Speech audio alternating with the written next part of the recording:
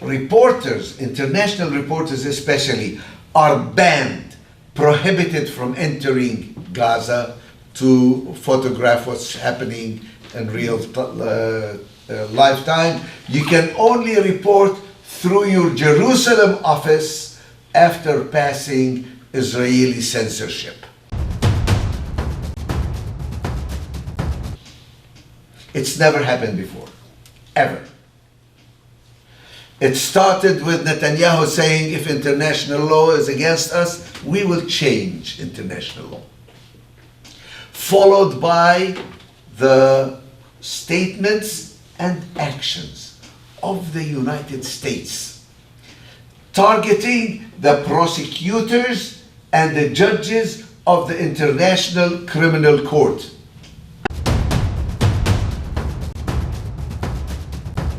Hello, my name is Stanley Heller. Welcome to the Struggle Video News. The program today is special. It will be entirely from the talk of Jonathan Kuttab at the Palestine Museum US in Woodbridge, Connecticut, that took place on June 29th. Kuttab is a Palestinian-American lawyer, founder of the legal project in Palestine called al-Haq, and executive director of FOSNA, Friends of Sabeel, North America, a Christian organization. And he's quite a speaker. Does international law still exist? Does it apply? Are there any standards that should be applied across the board to friend and foe alike? Or is there an exception for Israel and for the United States? The thing about morality is that it is based on principles of morals, not on who happens to be more powerful, who happens to be my friend, who happens to be my enemy. So the fact that this situation came so closely on the heels of the Ukrainian situation presented a moral dilemma. That is the first reason. The second reason, and it's perhaps a much more powerful one, is that the genocide that is taking place in Gaza today, despite the attempts to hide it from the international media, the fact that the BBC was very complicit, openly complicit, we've seen internal documents that said certain terms are not to be used. You're not supposed to refer to genocide, to apartheid. You are required to question the facts that everybody can see. You are required to say, anytime you're quoting figures from the Palestinian Health Ministry, that this is a Hamas-controlled health ministry, as if to suggest that you shouldn't accept their facts, even though their facts were very clear and understated, that the figures that they were given were only for verified losses, naming the age, the sex, gender, the identity card number of each of the victims, who have now over 55,000, and not mentioning all those who are buried under the rubble or who are missing. So they're really actually understating the figures. Never mind, you are required as an international news agency or as an American news agency to downplay the figures. You are required not to see what is happening.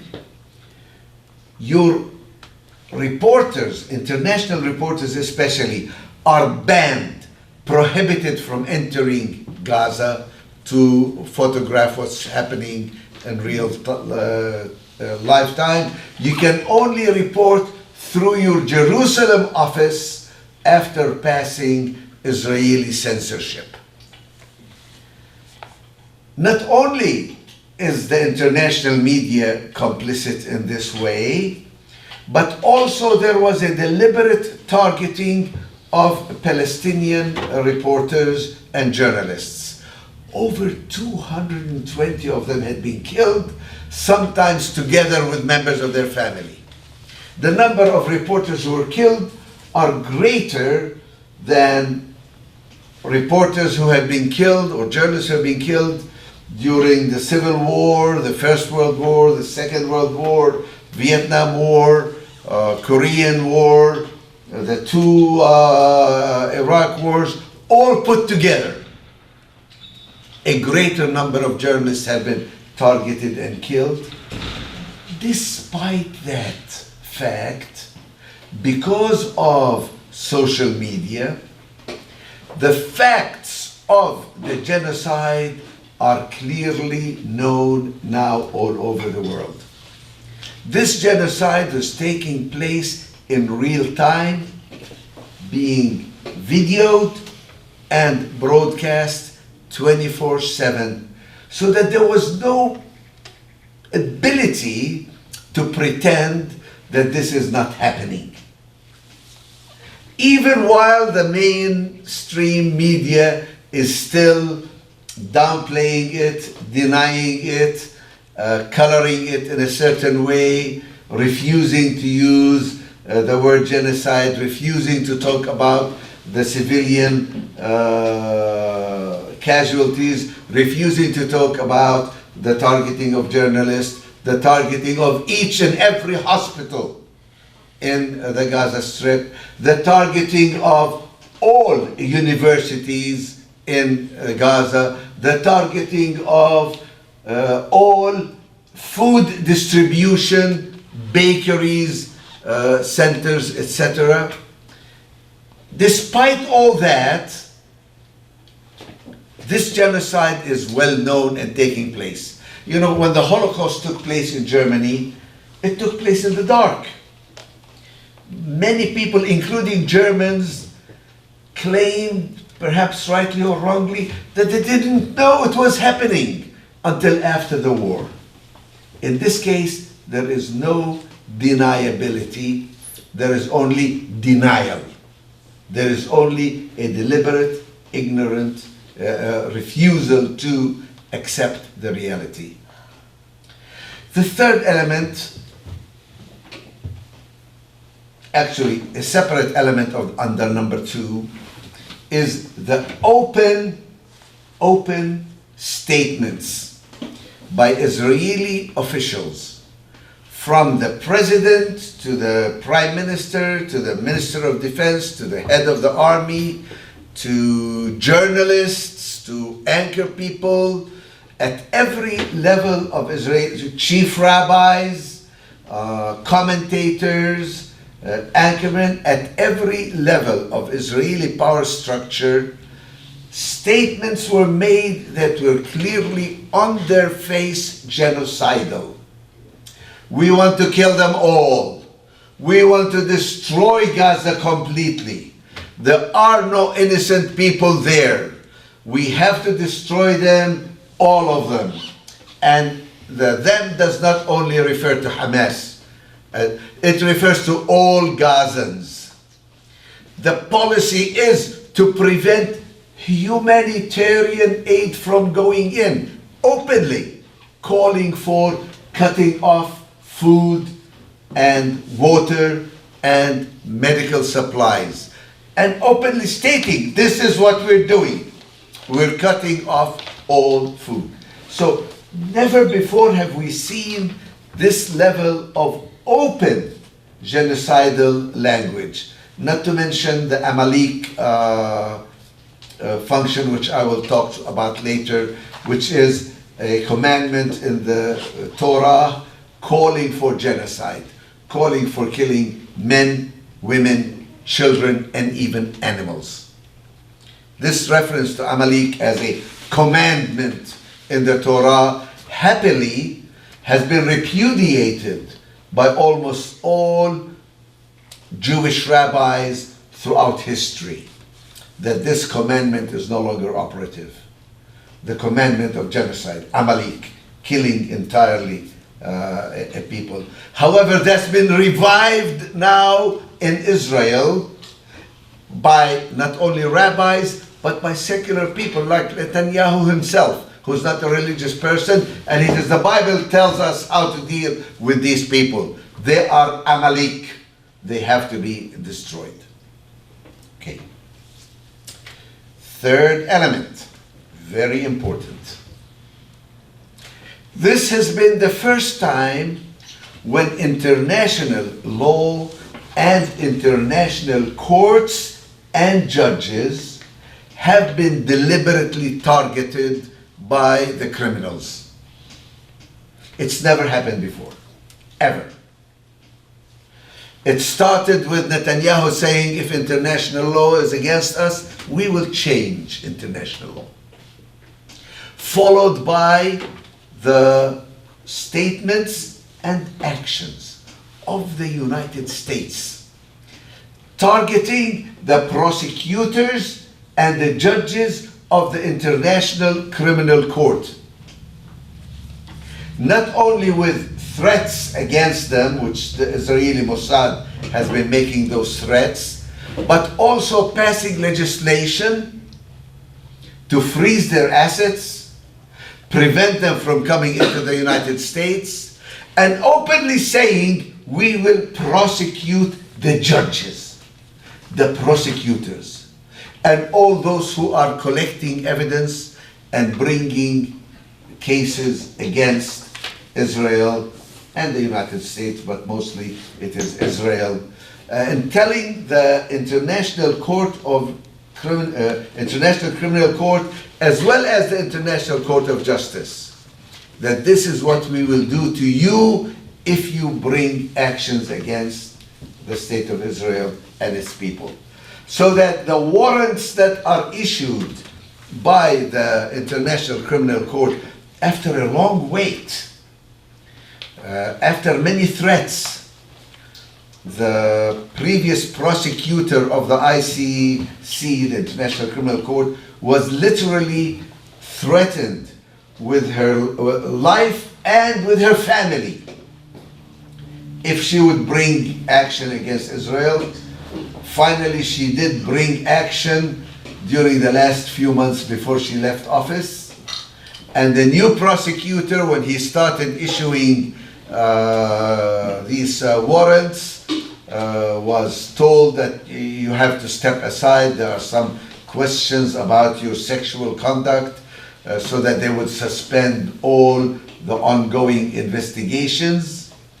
And now the ICJ itself, I must explain to you, the International Criminal Court is one court where Israel thought these are the ones that are going to be coming after us. They didn't expect that the International Court of Justice, which is a different court that only deals in disputes between countries, they didn't realize that South Africa would bring a court action against them for the crime of genocide, which is the ongoing action that you may have heard about.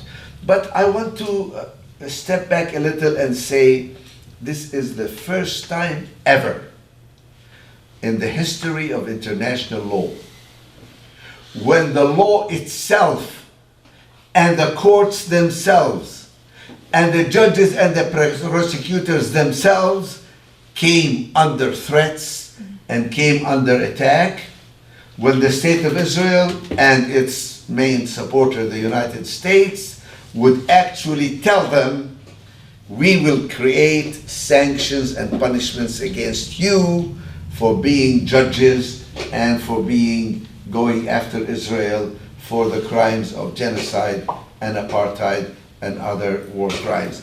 Many people started saying, does international law mean anything anymore?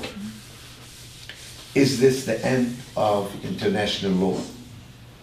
I've heard many people say, the Palestinian people will somehow survive, but will international law survive?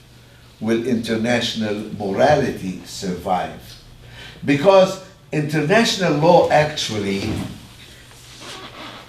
is not lacking in enforcement mechanisms.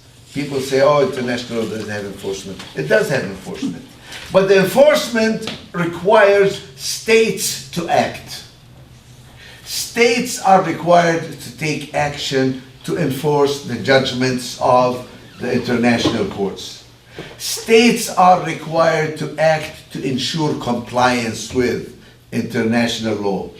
And these states now are under a lot of attack. There is a small group of 9 states called the Hague Group that have gotten together to try and create some enforcement of international law. But by and large, the United States and most of the European countries have used their considerable weight to threaten and prevent countries from taking any action against those who violate international law.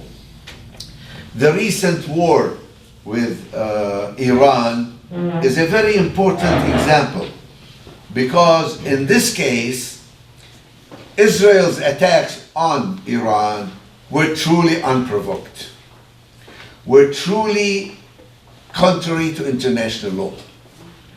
Iran was not attacking or preparing to attack Israel.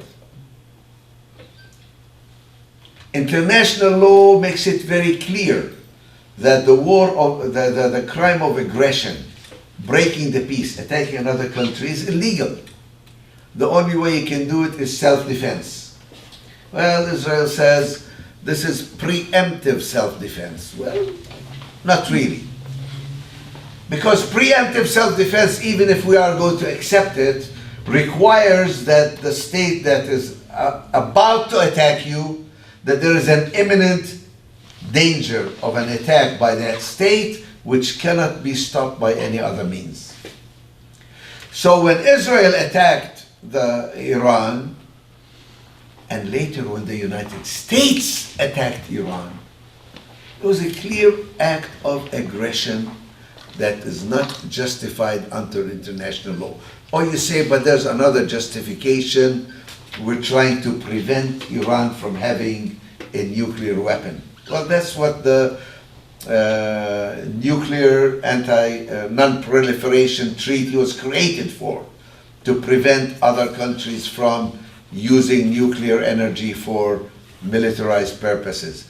Iran signed that treaty and accepted a most rigorous inspection regime, and was actually engaged in discussions to even have even more rigorous inspections, because Iran says we don't want a nuclear weapon. There is a fatwa saying that that's an awful thing not to be used. But Israel decided to attack them. They did not sign the Non-Proliferation Treaty themselves. And the United States also attacked. So, the question that is before us now is a very serious one. Because you have to understand how international law operates and how it develops. There are certain principles in international law from time immemorial. For example, you're not supposed to attack civilians. You're not supposed to attack people who raise a white flag. You're not supposed to kill captives, even if they are soldiers. You're supposed to treat the wounded soldiers.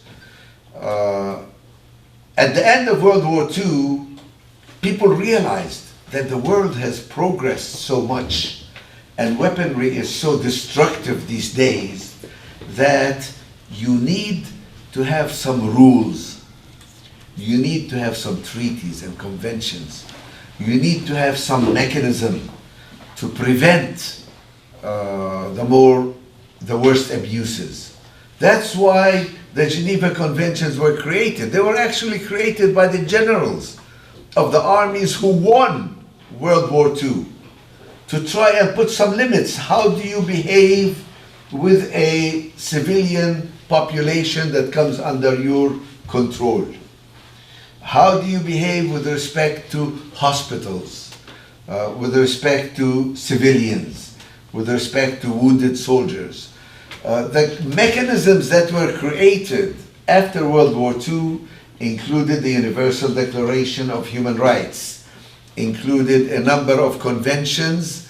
One of them is the Convention for the Prevention and Punishment of the Crime of Genocide, which is the basis for the South African case against Israel.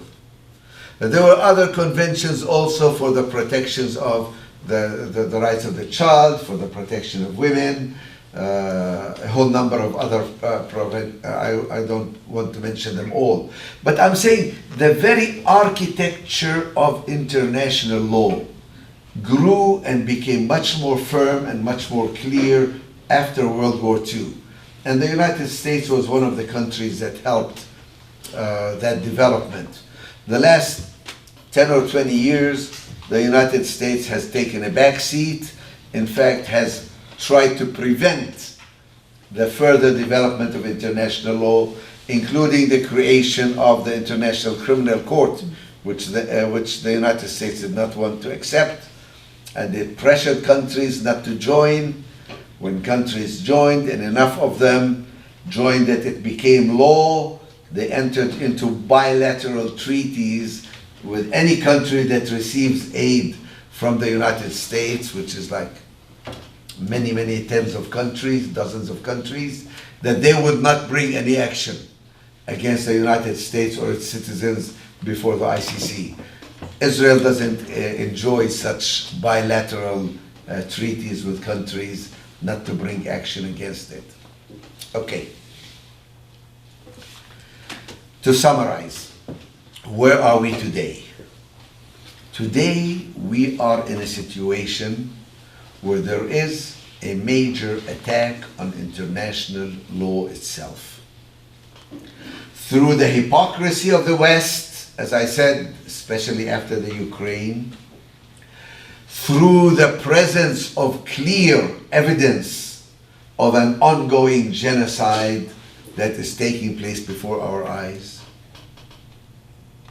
that cannot be denied, through the current, I would say, war against international law and international courts, people have to act.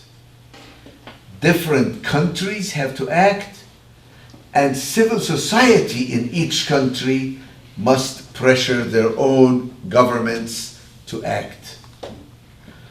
That is why boycotts, divestments, and sanctions are absolutely essential. When the government doesn't do enough, the people have to force the government to act. That is why Israeli soldiers, commanders, and politicians need to be arrested, questioned, interrogated, and tried.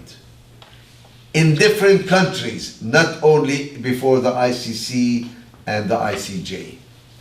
Right now, in Australia and New Zealand, any Israeli who goes to these countries gets questioned at the border.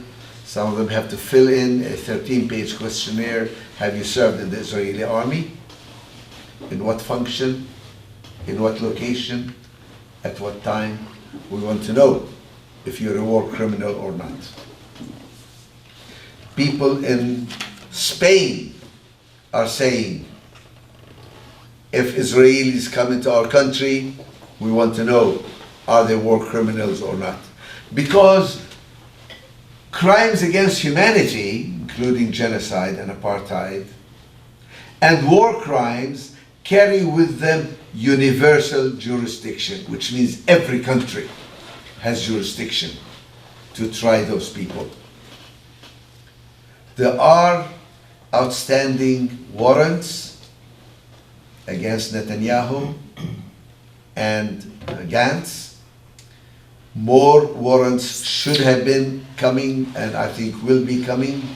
Many of these warrants remain under seal until you catch the criminal, and then you reveal the existence of these warrants. In Israel today, they try at least to hide the identity of pilots in the Air Force, precisely for fear of their being persecuted in other countries. There is a lot that we can do in different countries to urge our governments to act against war criminals. Not because it's good for Palestine and Palestinians, not because it is bad for Israelis, but because law is useful for all of us. We all need international law. I'll tell you something. Those who think that they are doing a favor to their Jewish neighbors by downplaying or refusing to deal with the crimes of the State of Israel are wrong. Because in fact, the issue is not Jews or non-Jews.